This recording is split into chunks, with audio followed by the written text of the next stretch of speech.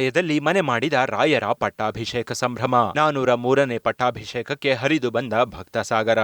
ಹೌದು, ಕಲಿಯುಗದ ಕಾಮಧೇನು ಗುರು ರಾಘವೇಂದ್ರ ಸ್ವಾಮಿಗಳ ಸನ್ನಿಧಿ ಮಂತ್ರಾಲಯದಲ್ಲಿ ಗುರು ವೈಭವೋತ್ಸವದ ಸಂಭ್ರಮ ಮನೆ ಮಾಡಿದೆ. ರಾಯರಿಗೆ ಪಟ್ಟಾಭಿಷೇಕವಾಗಿ 402 ವರ್ಷಗಳು ಕಳೆದಿದ್ದು, ಇದೀಗ 403ನೇ ಪಟ್ಟಾಭಿಷೇಕ ಬಹಳ ಅದ್ಧೂರಿಯಾಗಿ ನೆರವೇರಿದೆ.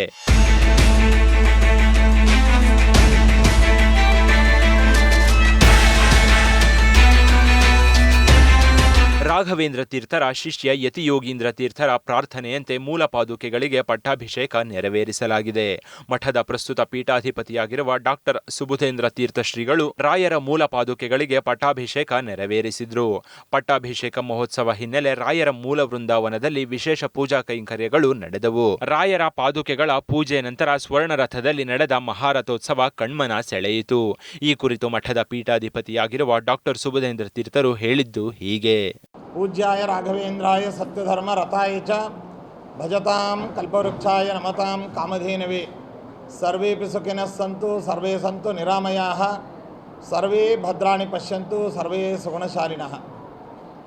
ನಿನ್ನೆಯಿಂದ 16ನೇ ತಾರೀಕು ತನಕ ಯಾವ ಗುರು ವೈಭವೋತ್ಸವ ಅನ್ನುವಂಥ ಉತ್ಸವವು ಆಚರಿಸ್ತಾ ಇದ್ದೇವೆ. ರಾಘವೇಂದ್ರ ಸ್ವಾಮಿಗಳವರ ಪೀಠಾರೋಹಣ ಮತ್ತು ಅವರ ಹುಟ್ಟುಹಬ್ಬದ ಅಂಗವಾಗಿ ಆಚರಿಸುವಂತಹ ಉತ್ಸವ ಗುರು ವೈಭವೋತ್ಸವ ಅಂತ 11ರಿಂದ 16 ಮಾರ್ಚರ ತನಕ ನಡೆಯುವಂಥ ಉತ್ಸವ. ಇದು ಮಂತ್ರಾಲಯ ಕ್ಷೇತ್ರದಲ್ಲಿ ವಿಶೇಷವಾಗಿ ನಡೆಯುತ್ತೆ. ದೇಶದ ಎಲ್ಲ ಭಾಗಗಳಲ್ಲಿಯೂ ಭಕ್ತರು ಈ ಉತ್ಸವಗಳನ್ನು ಆಚರಿಸ್ತಾರೆ.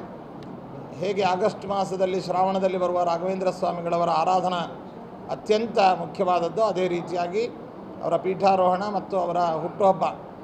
ಇಂದು ಅವರ ಪೀಠಾರೋಹಣದ ಶುಭ ದಿನ. 403 ವರ್ಷದ ಹಿಂದೆ ಈ ಯಾವ ಮಧ್ವಾಚಾರ್ಯರ ಹಂಸರಾಮಕ ಪರಮಾತ್ಮನ ಈ ದ್ವೈತ ಪೀಠದಲ್ಲಿ ರಾಘವೇಂದ್ರ ಸ್ವಾಮಿಗಳವರು ಅವರ ಗುರುಗಳಾದಂತಹ ಸುಧೀಂದ್ರ ತೀರ್ಥರಿಂದ ಈ ಪೀಠದಲ್ಲಿ ಅಧಿಷ್ಠಿತರಾಗಿ ಅಂದಿನಿಂದ ಈ ಸಾಮ್ರಾಜ್ಯವನ್ನು ಅವರು ನಡೆಸ್ಕೊಂಡು ಬಂದಿದ್ದಾರೆ. ಹಾಗಾಗಿ 403ನೇ ವರ್ಷದ ಪಟ್ಟಾಭಿಷೇಕ ಮಹೋತ್ಸವವನ್ನು ಇಂದು ಆಚರಿಸ್ತಾ ಇದ್ದೇವೆ. ಇನ್ನು 16ನೇ ತಾರೀಕು ಆಚರಿಸುವಂತಹ ಅವರ ಜನ್ಮದಿನ, ಅದು 429ನೇ ವರ್ಷದ ಜನ್ಮದಿನದ ಆಚರಣೆಯನ್ನು ನಾವು 16ನೇ ತಾರೀಕು ಆಚರಿಸ್ತಾ ಇದ್ದೀವಿ, ಅವರ ಹುಟ್ಟುಹಬ್ಬ. ಹೀಗೆ ಈ ಎರಡೂ ಉತ್ಸವಗಳನ್ನು ಸೇರಿಸಿಕೊಂಡು ಮಾಡುವಂಥದ್ದು ಗುರು ವೈಭವೋತ್ಸವ ಅಂತ.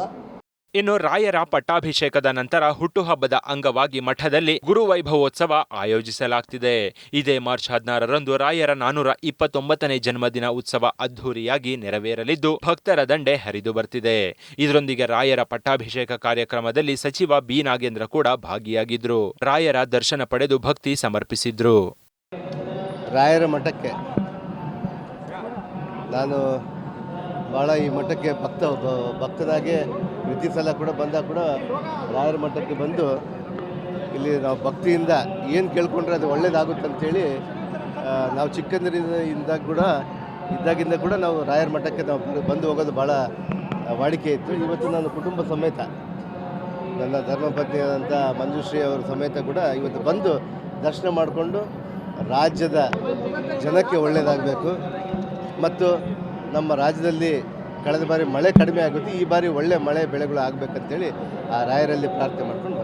ಒಟ್ಟಾರೆ ಗುರು ವೈಭವೋತ್ಸವದ ಅಂಗವಾಗಿ 1 ವಾರಗಳ ಕಾಲ ವಿವಿಧ ಕಾರ್ಯಕ್ರಮ, ಸಾಂಸ್ಕೃತಿಕ ಕಾರ್ಯಕ್ರಮಗಳು ನಡೆಯಲಿವೆ.